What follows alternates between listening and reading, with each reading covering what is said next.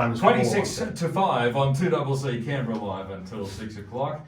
And I don't know whether or not you heard that or not, but there was somebody in the studio who was getting a little bit excited there just as I turned the microphone on because it's a Friday afternoon. That's right. And he's raring to go.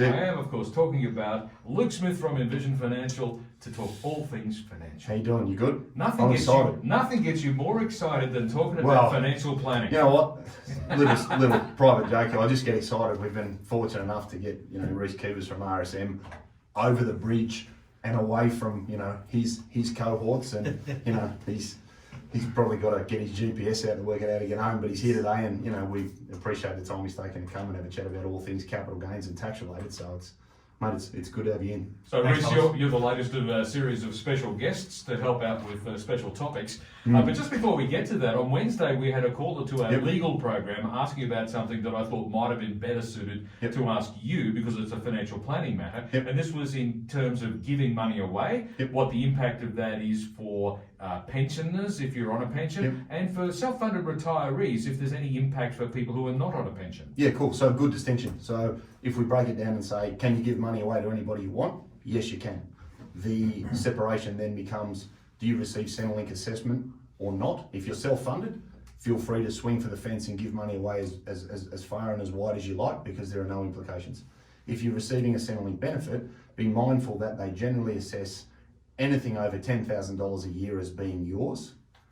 So just think about who you give and when you give money to, because they will deem it for a 5-year period if you give away more than $10,000 in a 12-month period, and it gets included against your assessment when they're working out your entitlements. So as long as people keep that in mind, they'll generally be all right. But if you're a self-funded retiree, swing for the fence, no implications. Do what you like, doesn't matter. Now, I think I left out one of the more important parts. Our caller was asking specifically about if there's an impact on whether or not you can have a senior's health card.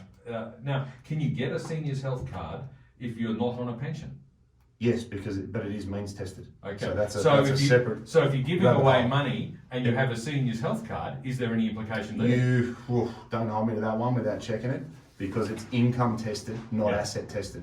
Okay. So just get some advice before you do it, and I'll come back to that next week. So it's even trickier than I thought. Well, again, it's just about making sure that the different assessments under different entitlements for Centrelink are included. And I know when it comes to age pension, anything more than 10 they'll deem to you to still have it, and that's something that people need to keep in mind. Otherwise, everybody on be on full pension, and their kids would have all of their assets, and they'd be declaring nothing.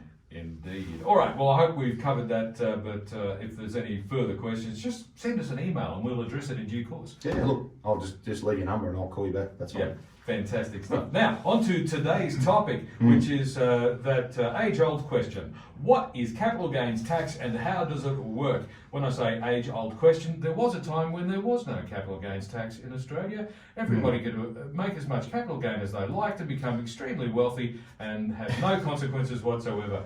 Gee, those were the good old days. Yeah, look, I think this is why we wanted to get Rhys in, because this is a perennial question that we get, and there seems to be a number of furphies out there in relation to how it's worked out, what it is, how it's calculated, and how it's assessed, and a range of other things that we'll cover off. So it's really handy to have him in just to sort of demystify a few of the sort of misconceptions and just lay out for people, okay, well, what is it? How does it work? And what do they consider when working it out? So, mate, I think we throw it over to you. Just give us a rundown on, those 3 points, and we'll play from there. Fire over, all right. Thanks, Luke. Thanks, Leon. Thanks for having me in. All right, so kicking it off, what is capital gains tax? I think the first misconception is that capital gains tax is a separate tax. Unfortunately, it's not. It's a set of statutory rules to work out how much. It tells you effectively how to work out the profit on the sale of an asset. And then basically that profit you add on to your other income and apply your marginal rates of tax. Now, I think there you go. Look, I think that for me is the biggest thing I get is, well, what's the capital gains tax rate? How much capital gains do I pay? And when you break that down and say, well, what did you have? What did you pay for it? What did you sell it for? Is there a gain or a loss? If there's a gain, it gets taxed. Now, there's a benefit for people depending on the duration of ownership. Just want to break that one down for us? Yeah, look, that's a good question, and that's often a misconception I hear is that the longer you own an asset, the less tax you pay. Well, back in 1999, they got rid of a set of rules called indexation, and those rules basically said the longer you hold an asset, the less tax you pay. But they got rid of that. They got rid of that. Well, there you go. So now the rules are simply own it for more than 12 months. You own it for more than 12 months, then you divide the gain by 50%. You pay half the gains added to your income. Okay. Now, so what that ultimately means, of course, is that the rate of tax you pay is determined by what tax bracket you're in the first place. Absolutely. What happens if the profit from your asset sale actually pushes you into the next tax bracket, but you would have been in a lower bracket if it wasn't for that profit? Yeah, well, that's a good question. I mean, I suppose we work on sliding scales, don't we? So it just means that just that little bit bumped over that marginal rate, you only pay the higher rate on that increment over that extra bracket. Why do people get so confused about capital gains tax? Why does it seem so complicated? I suppose it's like anything, isn't it? At the end of the day, I suppose if you're making money on an asset, it's a good thing.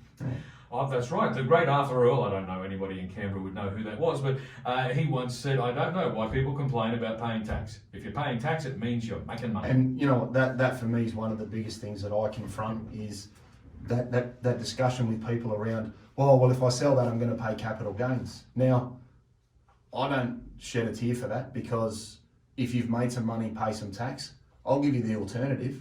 You could sell something for less than you bought it for and make a loss, but I'm sure people will be upset about that as well. So if I've got a choice and people say, well, I'm going to sell that because it was a good investment, or it's run, it's rallied, it's developed, it's redeveloped, whatever you've done to improve its capital value, if you can sell it and make some money and use that for something else, great.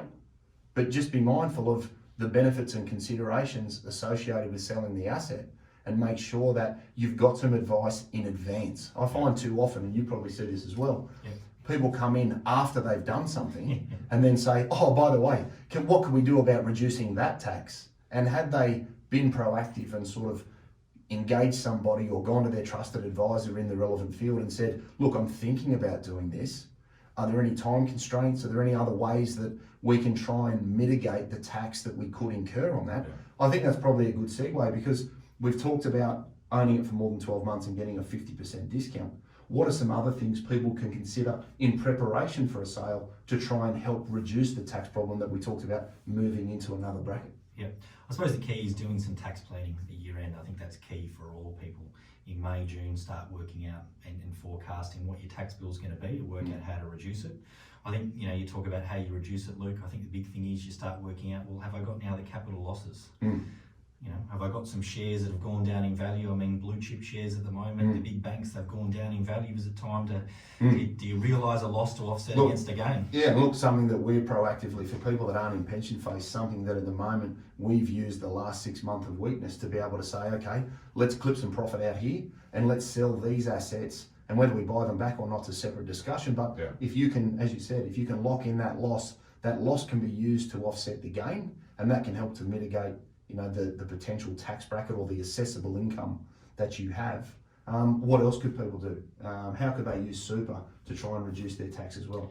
Well, I mean, once you work out, that sort of reduces your capital gain, the capital losses, and then it's about reducing your overall taxable income. So it's about trying to bring some deductions forward or bring some additional deductions in. So certainly contributing up to your cap of super of $25,000 is certainly a great way to do it. Yeah, look, I love that. And that's something that, dovetails very well into the carried forward concessional rules that we've spoken about in another show as well. So for the listeners that have seen a couple of episodes or heard a couple of episodes, we know that 25,000 is the most you can put into super.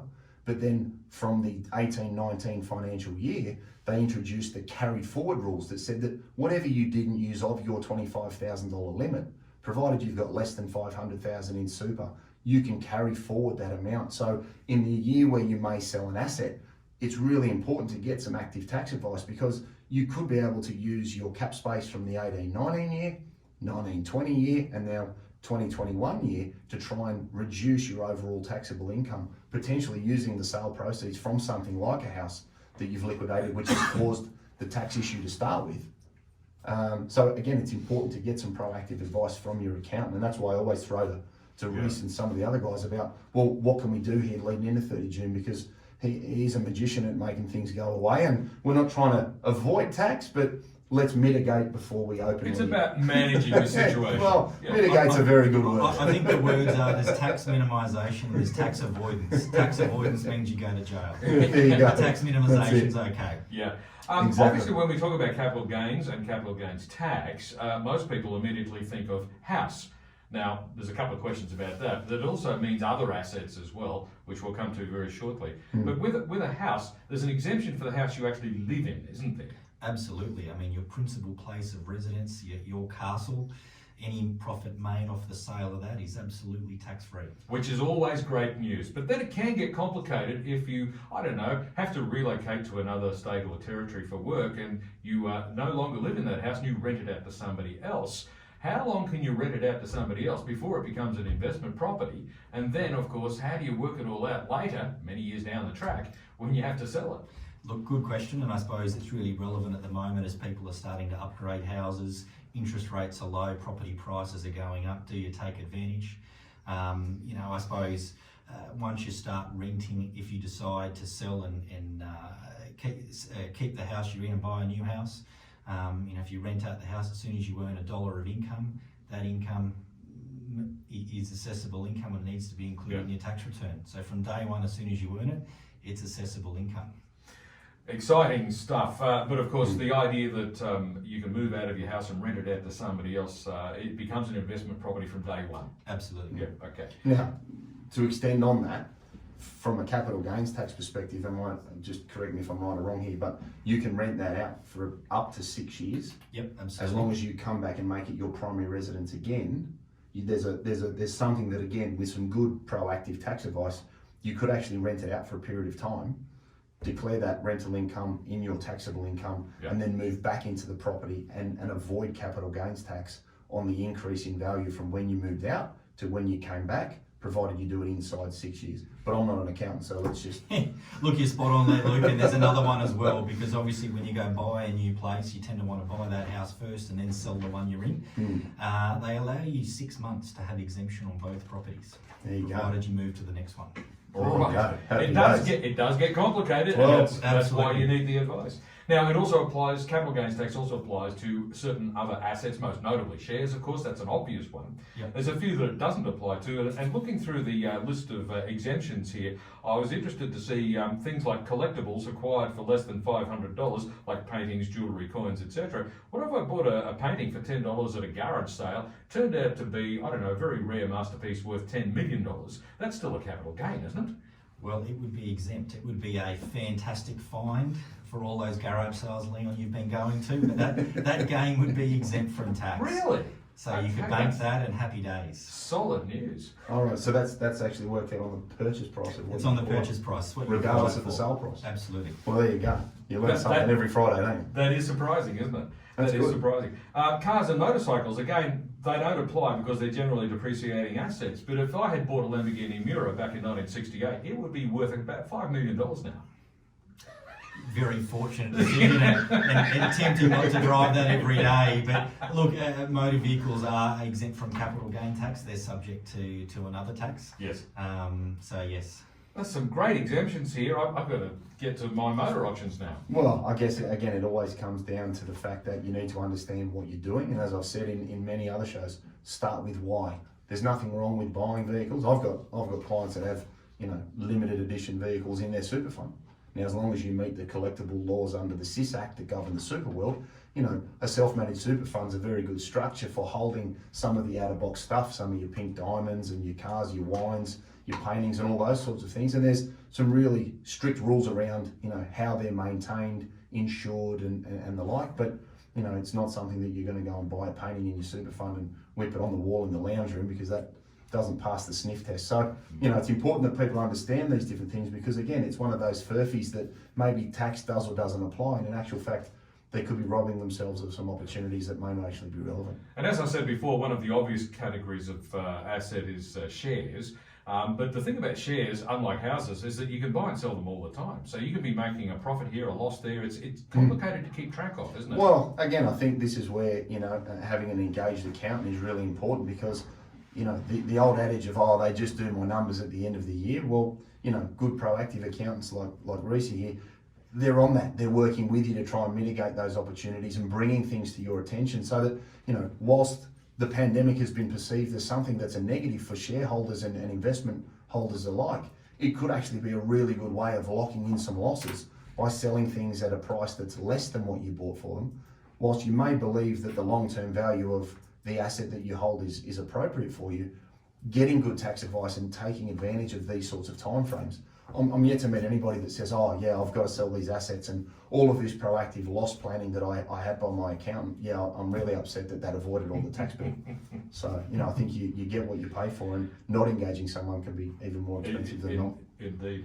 It's a bit like the people who represent themselves in court as a lawyer, and it's the old saying is that the man who represents himself in court is as a fool for a client. It's the same thing when you're doing your financial affairs. If you try and do it all yourself, you're not properly qualified. I think as a bloke says every week on the radio, you don't know what you don't know. Exactly. I think there's a good example. Wonder who that was. 10 to 5 on 2CC Canberra Live until 6 o'clock. I'm joined in the studio by Luke Smith from Envision Financial, along with Rhys Kyburz from RSM. We'll be back with more in just a moment.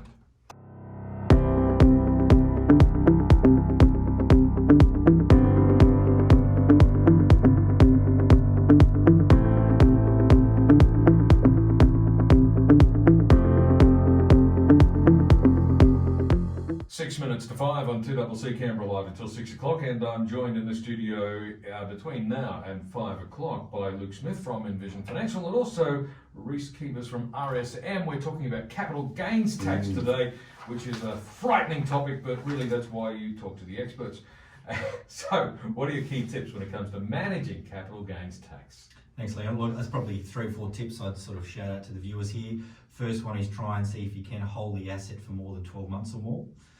Use any losses to offset against gains in the year that you sell the asset, and try and look to see if you can maximise any super contributions during the year to sort of minimise or lower your taxable income. Now, when it comes to applying these, is it losses get applied to the gross? I know we're getting a bit technical, but this one's the next question that always comes, well, how does it get applied and in what order? So for the listeners, can you sort of just give them a really basic example of the discount and the loss and the order at which they can try and do it on the kitchen bench at home? Being really simply, it's what you receive, so the proceeds minus what you paid equals your gain. Then you subtract your capital losses. Right. Equals your gross gain, or your net gain, and then multiply that by 50%. Right, so it's apply the losses and then chop it in half if you've held it for more than 12 months. Spot on. Because I find a lot of this, whilst there's the confusion about what is capital gains, it's then about the loss, the deduction, the this, the that, and people get themselves in a right twist. And I think it just shows that, you've got to get some advice, because you're talking about some big number assets. You don't want to be taking this, lightly and missing out on opportunities. Losses, deductions, carried forward concessional rules. There's lots of ammo in your toolkit there. I think you've got to get some advice and get it sorted. If I made some big losses this year but no gains, can I hang on to the losses and use them later? Forever. Spot on. They carry forward indefinitely until you make a gain. Okay, so that's how all these big companies end up not paying any tax. Because they have one terrible year. And then for the next 10 years, they don't have to pay any tax. Yeah, look, and I think that refers back to what I said before the outbreak is, manage correctly where you're going to be investing in a structure, be it your own name, joint names, or whatever it may be. Being proactive and getting good tax advice is vital, because those losses could be used in any year that suits you. And as I said before, I'm yet to find someone that goes, I'm really upset about all those losses we carried forward because we were proactive, because I'd really like to pay a lot more tax. I have that conversation all the time with people.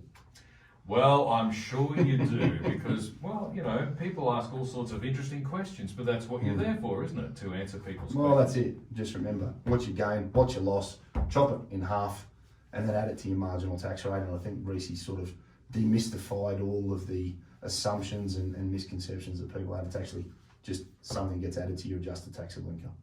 Beautiful. So, to wrap it all up, where can listeners get more information? So, look, 62604749. It's give us a bell, come in, have a chat. Envisionfinancial.com.au. We've got the Knowledge Centre. All of this sort of technical information's in there. We've got the podcast, the Strategy Stacker, on iTunes and Spotify, and we've got the YouTube channel, which you can subscribe to and get the footage from today. We've got the key takeouts before and after the break. Rhys, if people got tax questions, where can they get hold of you? Website, rsm.com.au. My phone number though, 6217-0300. Beautiful. And where's the office? Deakin, Equinox Business Park. There you go. Big cafe in the middle. Do it over a latte. Bit of tax planning, save a fortune. Support a small business and buy coffee. There you go. Yeah, marvellous stuff. Thanks very much, both of you. Mate, pleasure. And, Thanks, sir. Luke, you'll be back next Friday. Will you be bringing another? We do. Wrapping up our specialist series. We've got Mark Peretti coming back in from Trinity Law. We're going to cover off wills and enduring powers of attorney because it's another area that I think people assume they don't need when they really do need some fairly sort of specific advice. Marvellous stuff. Luke Smith from Envision Financial back again next Friday at the usual time right here on 2CC.